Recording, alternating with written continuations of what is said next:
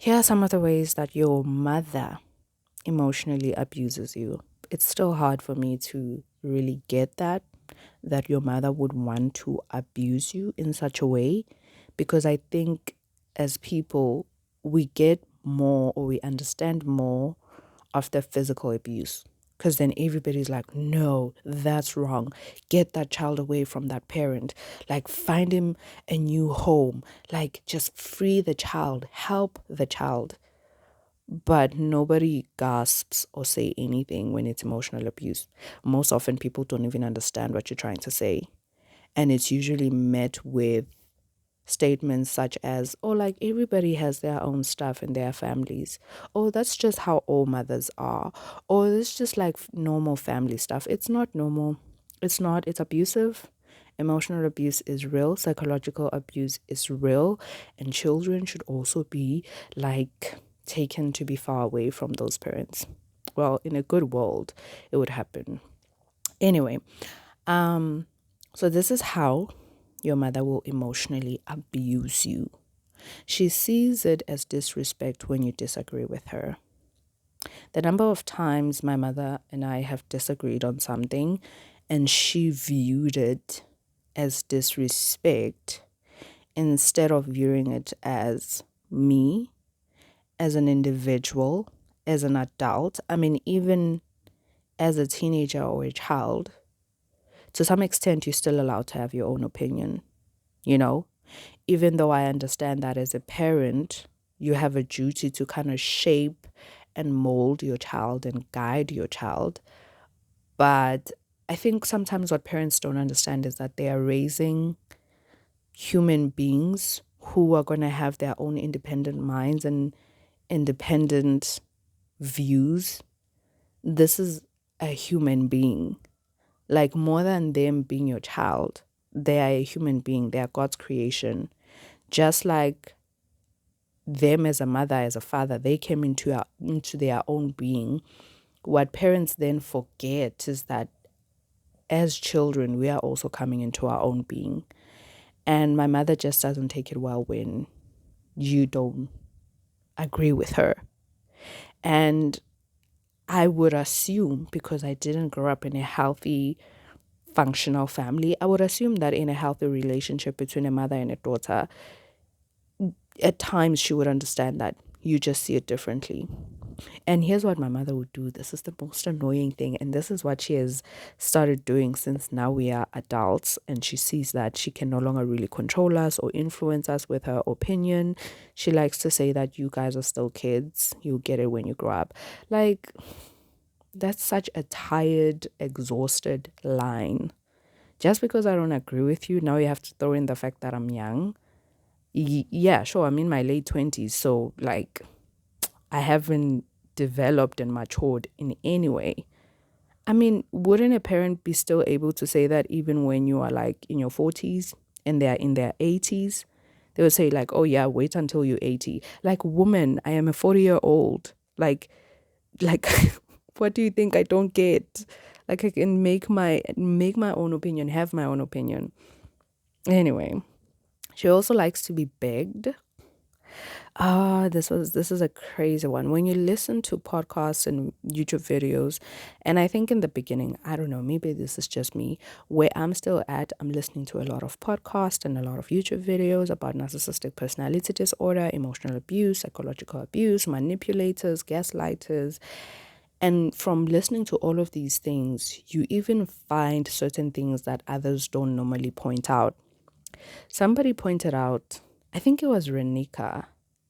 I like Renika's not YouTube channel, podcast, because it is a Christian-based podcast where she talks about narcissistic mothers, and it's really scripture-filled and takes you through the healthy way of forgiving your mother and not just feeling pressured to do it just because you're a Christian, but going through the process, through the word of God, through prayer.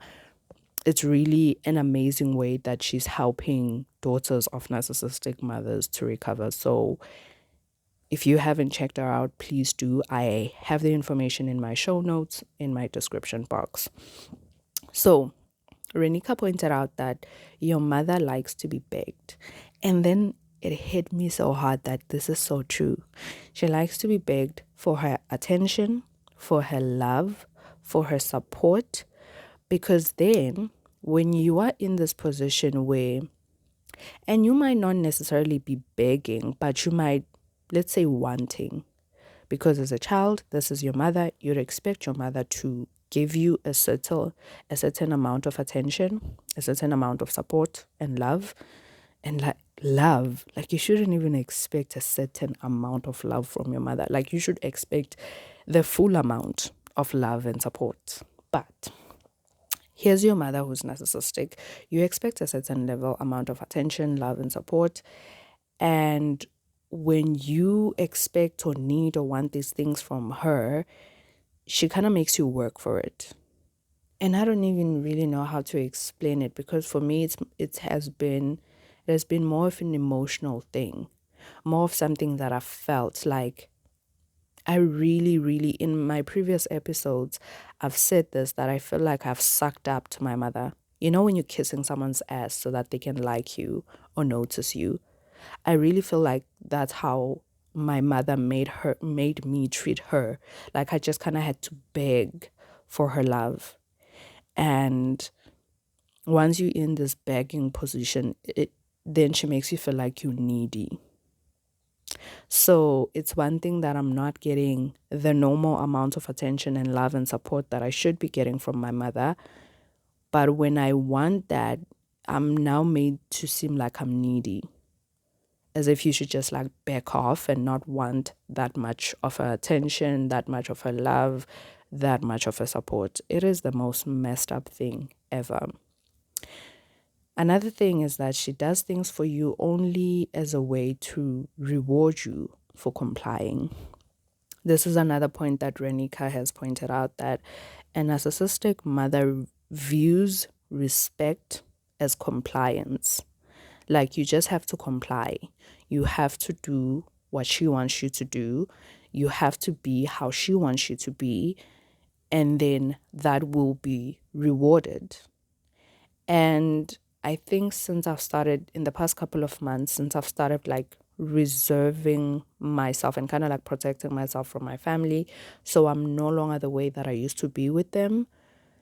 And now that she sees that I'm no longer really playing into this mind game of hers and really allowing the abuse to continue, I've seen that she's kind of withdrawn things that she would do for me.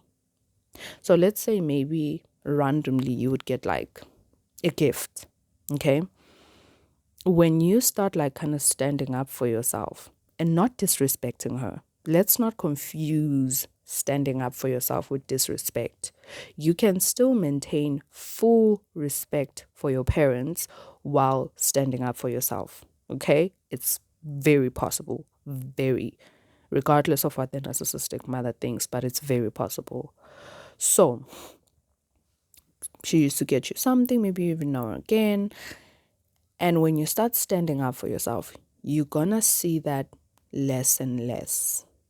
You're gonna see certain things that maybe she might have, maybe it was not even a gift, maybe a certain amount of emotional support or love or attention that maybe you did get from her, because it is kept. Maybe you didn't get the full attention and love and support, but maybe you used to get some of that.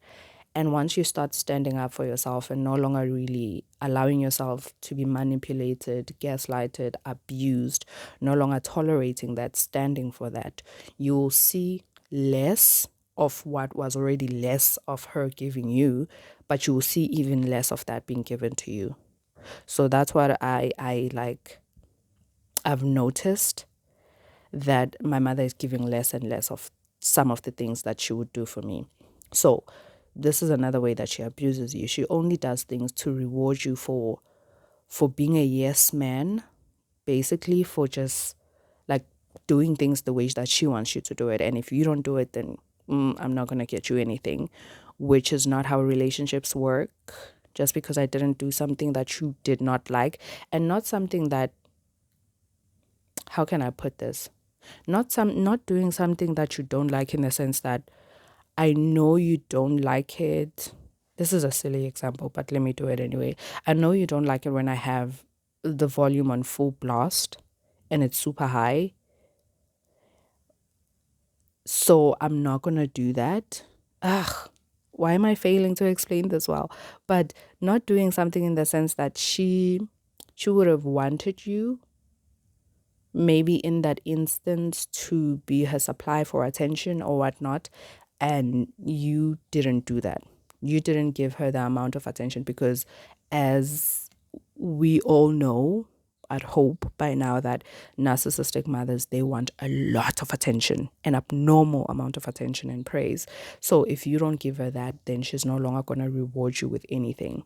So that's what I'm saying when I say, when you do things that she doesn't like. So it's things that you in the first place should not be doing, but she would like you to do it. Okay? And then she also uses the silent treatment as a way to punish you. Over and over again, my mother has done this. She has used the silent treatment to punish us. Before, I didn't know it was a way of punishing people. I didn't think of the silent treatment as a way of punishing people, but my mother has done that. And I think even myself have done that. Even my sister, we have done that, because I think that's how we learned from her that you deal with things. If you don't get what you want, just because someone said no to you, like if I say, "Can you please accompany me to this place?" and somebody says, "Oh no, I can't, I'm busy," and then I sulk for the rest of the day. Like, should that person have dropped everything just because I wanted them to come with me? And so the silent treatment has been used around this family. I have done it. I used to be the moodiest of people. I was so moody. And now I see that for me, it was a coping mechanism. It was a way that I kind of protected myself from my family, because their words would always scar me. And so when I was moody, I felt like I was protecting myself from them saying anything to me. So if I am moody, because I've never been necessarily a rude person, but I also believe that sometimes with rude people, like somebody who just like say something so hurtful, it's like they kind of like protecting themselves, you know? Like it's obviously wrong to be rude and even moody. It's wrong, because then how do other people live with you if you don't communicate what's going on? So for me, I was a child. I was a teenager. I didn't know how to really communicate what I was feeling, because I wasn't raised in a family where you communicate what you're feeling. So I would also use the silent treatment. I would be moody, and then nobody could really talk to me. It was a way of protecting myself, but my mother used it as a way to punish us.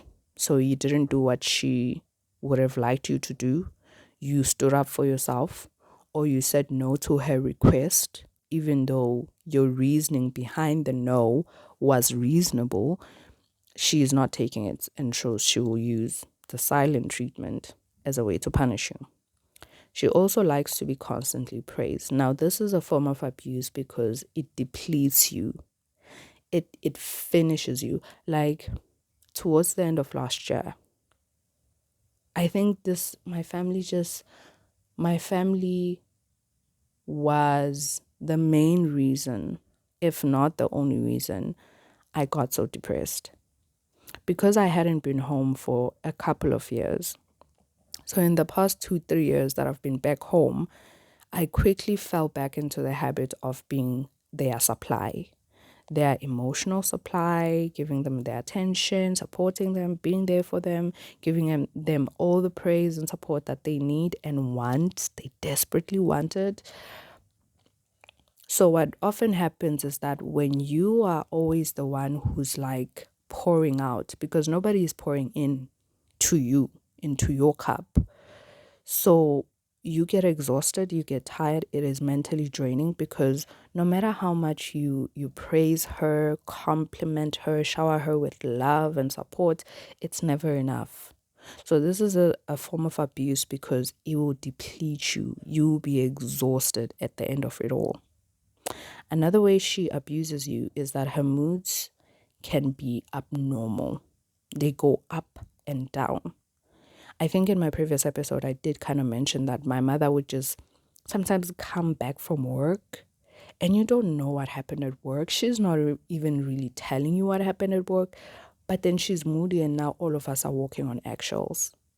Like I even made the example of like my mother losing something and then all of a sudden the whole house was tense. Now we're looking for this thing and she's mad.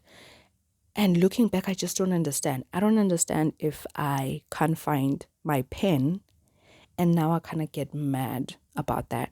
And I've actually seen this in myself. When I was in tertiary and I was living with roommates, whenever I couldn't find something, I remember this one time I couldn't find my comb and I just got irritated and I got annoyed. And I even thought that maybe they stole it, only for me to eventually find it because it was just misplaced.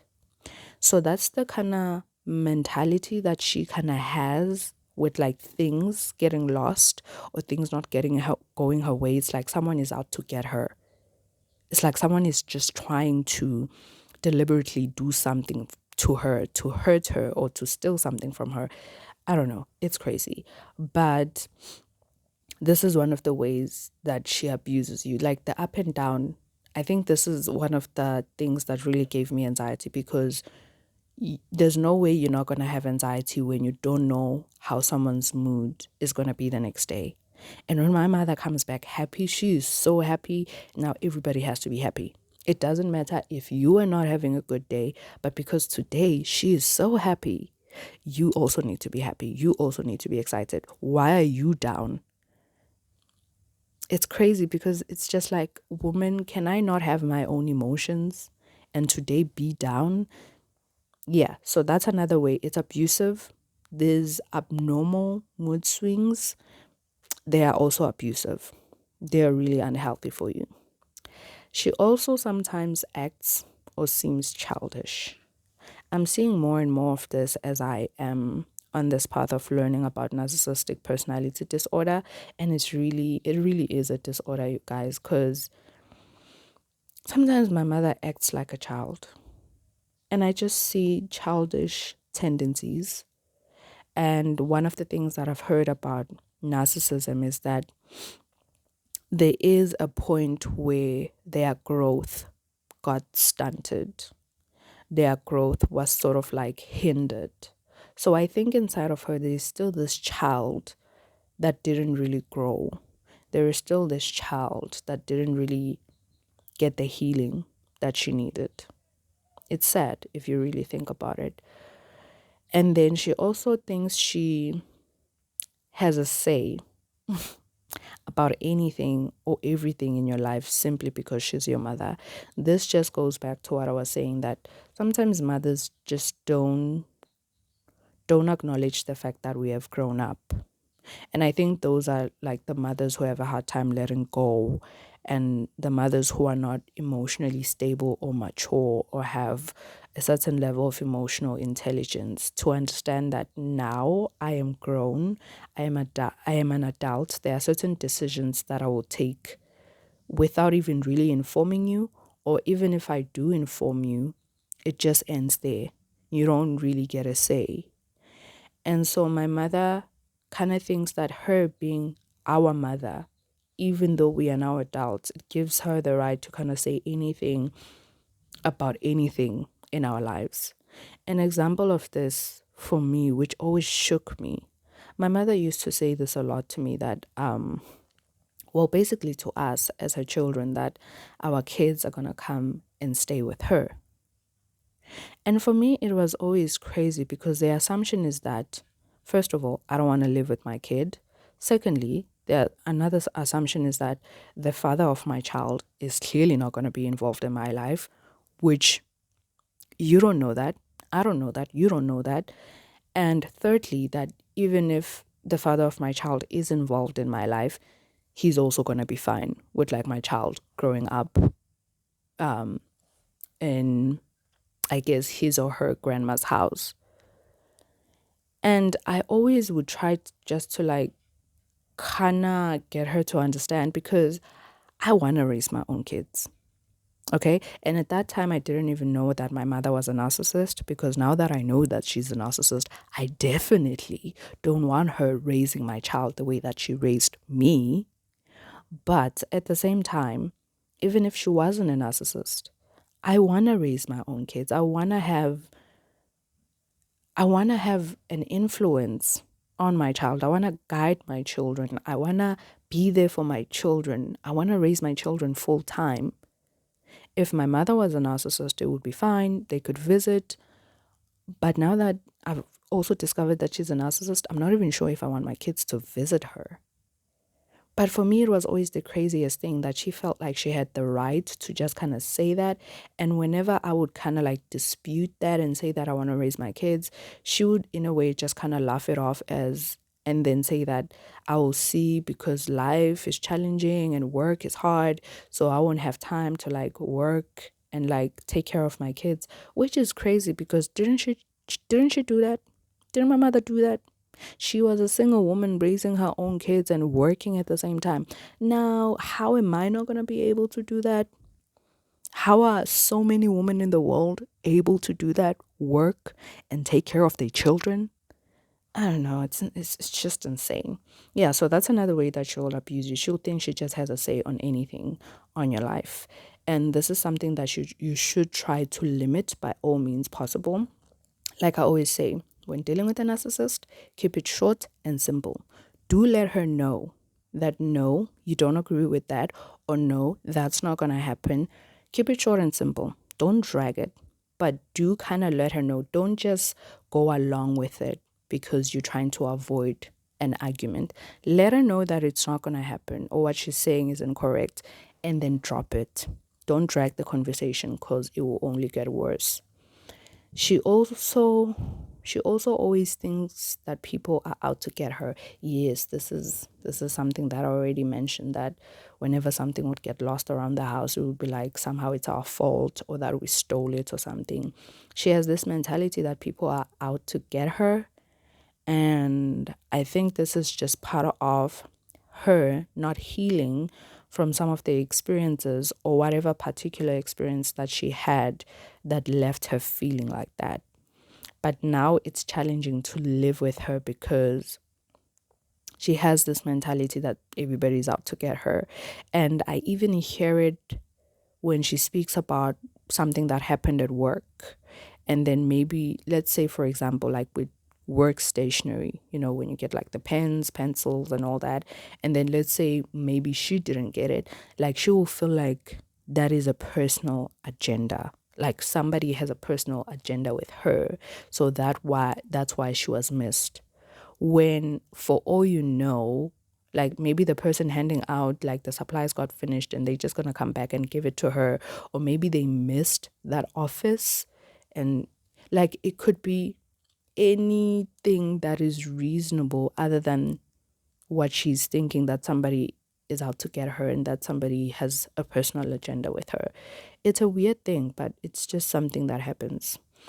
She also hates confrontations and criticisms. Oh, my mother hates being confronted. She hates being criticized, which to me is so crazy, because for someone who criticizes as much as her, and because she does it, she's an undercover criticizer. It's like, it's the criticism that comes like as a joke, or I was just saying, or I was trying to help you out. Those people who basically just undermine you or say the wrong thing, but they play it out as if it's just a joke, or they were just trying to help you. Yeah, that's my mother. But she herself, if you quote unquote try to help her, or you joke about something, or you even state a fact, or you even just say something that would be helpful to her if she was a healthy person and would take it, you just suggest something that would be helpful to her or something she could improve on, she hates that. She sees it as criticism, not constructive criticism. She sees it as an attack. Okay? And then, um, another way that your mother has abused you, or that my mother has abused me, is that she has made me her crying shoulder. but was never really there as a shoulder to cry on for me as a child. So this is something that a narcissistic mother will do. She will make her child a shoulder to cry on, but when you really look at it, they are never really there as a shoulder to cry on for the child. So we have been therapists, my sister and I, for the longest time. For my mother, she would just like offload on us. And because she's a single woman living with her kids, it did seem understandable. Like, who else is she going to talk to? So obviously talk to your children. First of all, this is problematic in the sense that I do think even when parents offload or they talk to their children and get some stuff out, they should kind of limit how much they share, because at the end of the day, this is a child, not a therapist. This is a child, not your friend. Like, I'm really against the whole concept of like parents thinking like their children are their friends, because they then take it too far and really think that this is just a friend. No, this is a child. This is a young person. Like, even view it like that. If you think your child is your friend, would you have a friend in real life who is the age of your child? You wouldn't.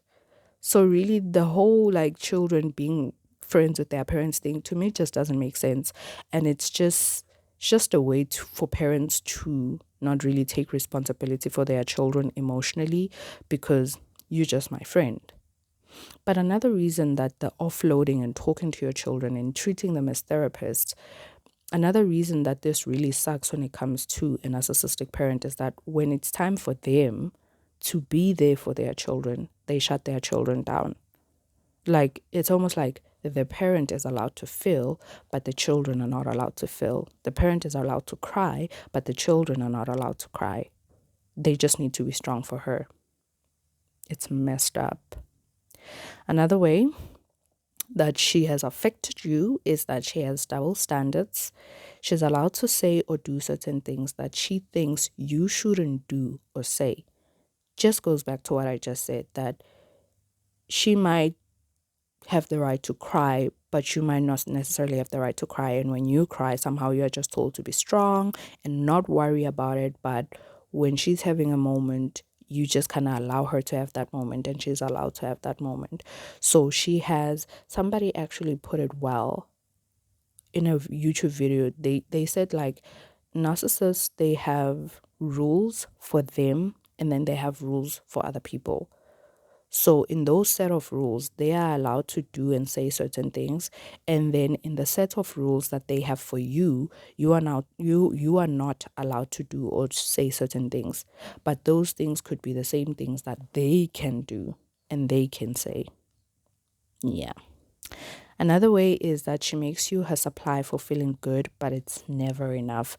This is what I was just saying about like giving her praise constantly and giving her attention, is that you are her supply.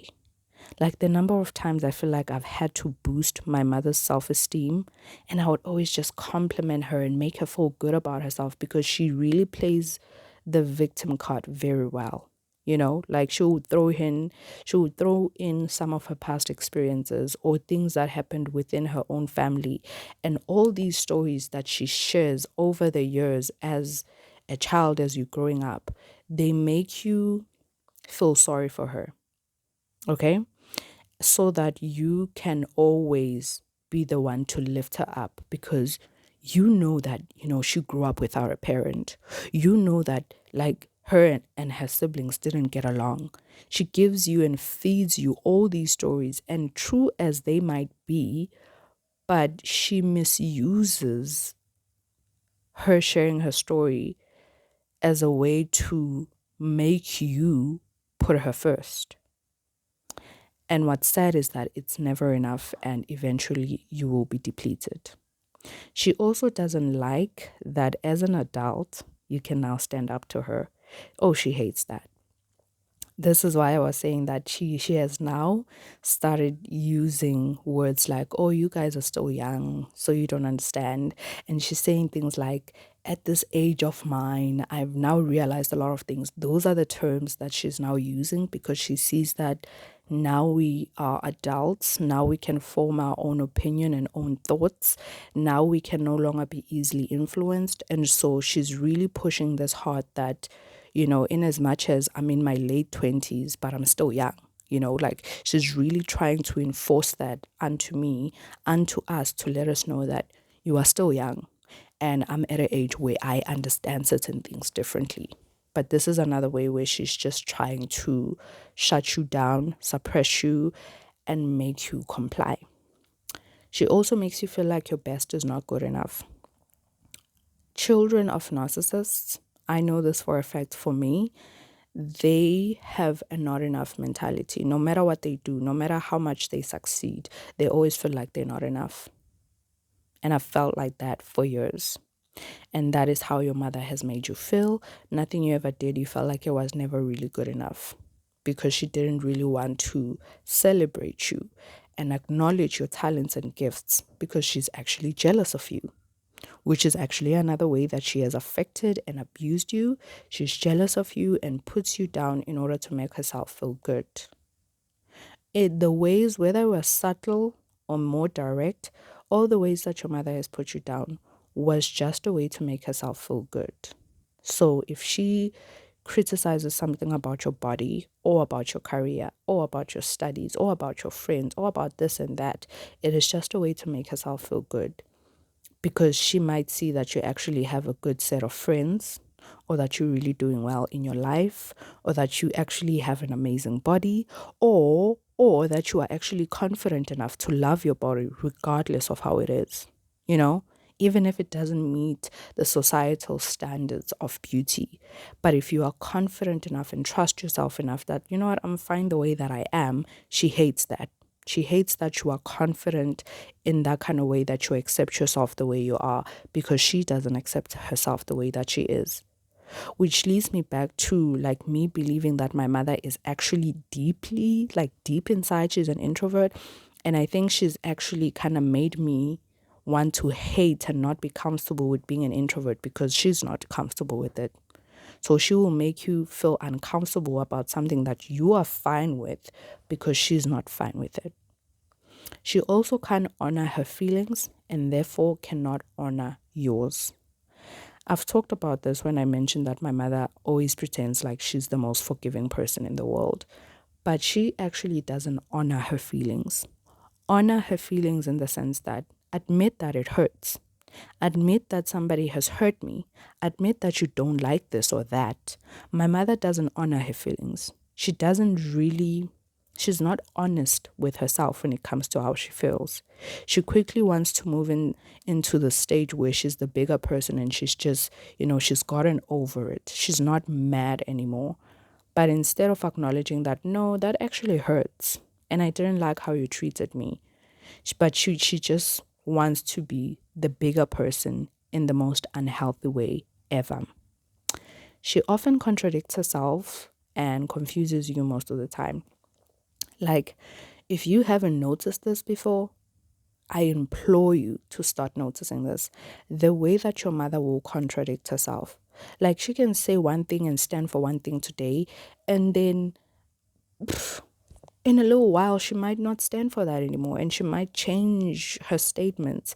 It confuses you. Like, if you just look at it, like, sometimes you're like, wait, what? I thought like it's just confusing. That's all I can say. She will contradict herself and she will confuse you. She will often criticize your personality and praise it when it suits her or it looks good to other people. Like, even with my sister, even though my sister has been the golden child and my mom's favorite, there were times where she would criticize my sister and say, like, you talk too much. And then you're like, but that's the very same thing you always praise her for. That's the same thing that when my mother's friends are around, my mother wants my sister to come out and be the entertainer and be talkative. But then at the same time, it's the same thing sometimes when I guess she's tired of it, she will criticize her off. And I hate that she does that to her because it's something that she has also done to me. When it suits her, she loves that I'm a quiet and reserved person. But then all of a sudden GT, it's something that I should just work on and just try to be more sociable and try to be with people. Like, your personality only works for her when it suits her, and then other times she'll criticize it. This is why you have to find yourself and find a firm standing of who you are and be comfortable with who you are, so that you don't end up flip-flopping just the way that she wants you to. Another thing is that your achievements are only good to her when she can boast about them or when other people acknowledge your achievements. She will never do this by herself. So she can only see your achievements as good because other people say it's good, and she can use it to boast about it to other people.